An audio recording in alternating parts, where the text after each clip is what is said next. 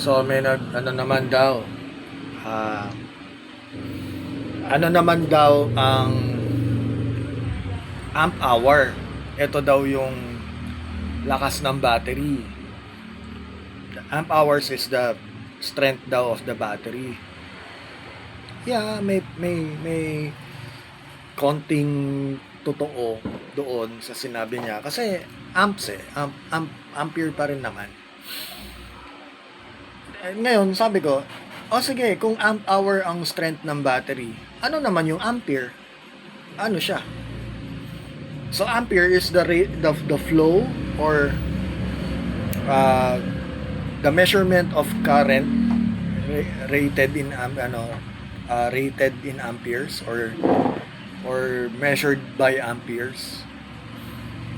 Yung 1 ampere is kung gaano ka ano yung flow ng current, kumbaga isang urong na ganun, that's 1 ampere, parang ganun.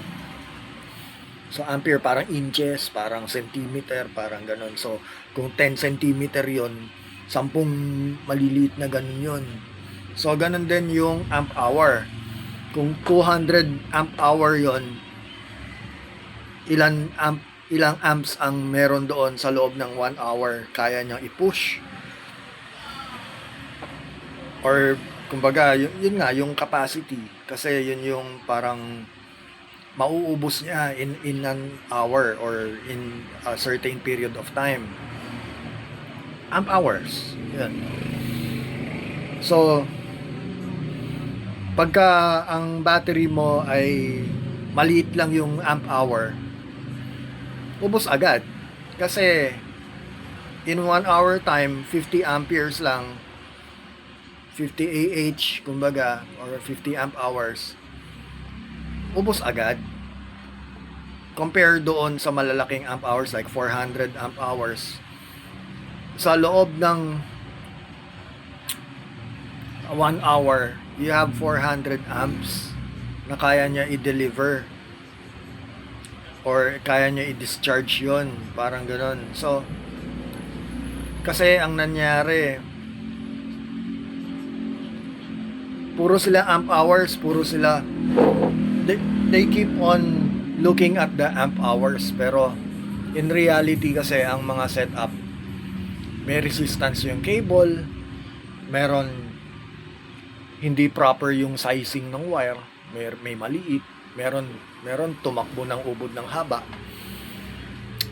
Ang layo ng battery doon sa inverter, mga 1 metro layo, tapos maliliit yung wire, ay talaga lobat ang kinalalabasan. Bakit ganon? Yung battery ko, ano naman, 200 amp hour naman yung battery ko, pero bakit ganon? Saglit lang, ubos agad. So meron resistance doon sa system nila na hindi nila na-identify. Unang-una, wala silang battery monitoring. Most of the time, ang pang-monitor nila, maliit yung capacity ng kaya nila i-monitor versus doon sa load or yung current na hinuhugot nila. Wala pa akong, simula nung nag-start ako last November, wala pa akong nakita na humugot ng malaking ampere ang isang 12 volt inverter system na, ibig sabihin may battery, may charge controller na, meron ng working system, humugot ng malaking ampere rated for the 3,000 watt. Kasi ang 3,000 watt nasa yung sa amin nga, nag-try kami i-overload yung inverter. 3,000 watt yung rating ng inverter, hinugot namin 337 amps. That's like 3.8 kilowatt. 3.8 kilowatt na po yun na hinugot. So paano nila na measure from the system? Wala naman silang ganung kalaking pang-measure ng 337 ampere. Meron lang ako nakita mga battery monitor nila 150 ampere maximum. Meron ako nakita na battery monitor nila built-in na sa inverter, okay yon, pero hindi 12 volt, maaring 24 volt or 48 volts, pero not the 12 volt.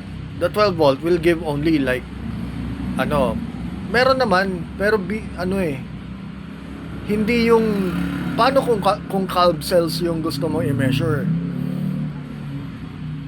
I mean, na-measure niya, pero napipinpoint ba nila kung saan yung inefficiency ng system?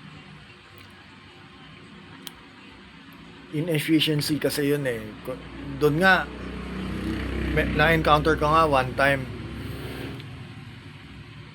naglagay lang siya ng pitya, yung washer, bakal, doon sa negative terminal ng battery.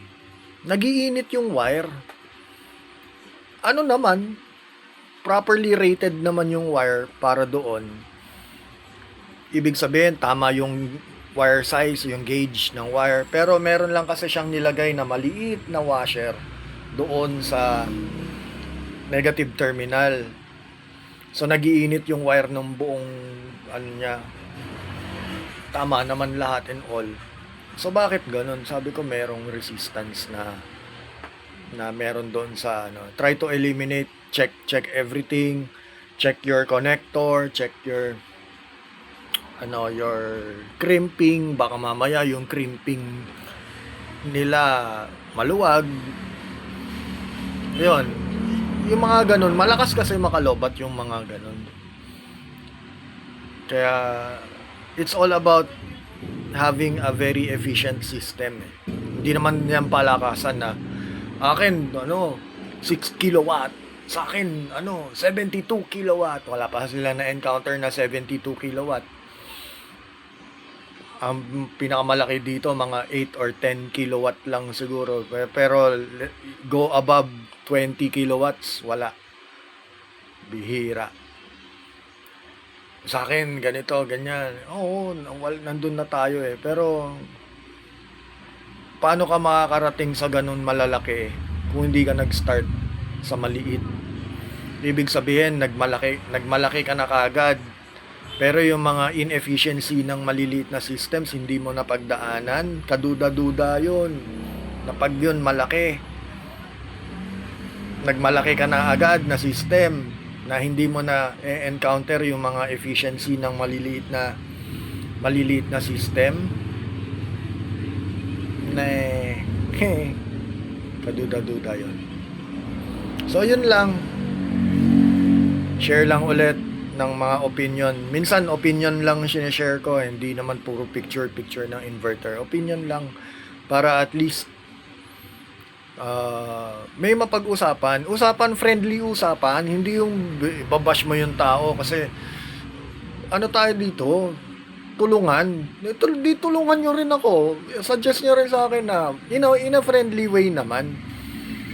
Hindi yung babanatan ako ng hindi daw ako nagbabasa ng manual naman. Saan ba may manual nun? Babasahin ko ngayon. Pero hindi, biro lang. Ako, hindi naman ako pero friendly naman ako. Wala namang problema sa akin. Yun lang, shinare ko lang. Ayan, kita niya na ako. Pangit di ba? Simple lang ako, hindi ako marunong, hindi ako magaling. Lang ako. Napaka-ordinary kong tao. Para ko. Pero ako, sinishare ko lang. Yun lang naman, passion mo kasi. Mahilig kasi ako magkalikot. Ayan, so sige. Merry Christmas, everyone. Bye.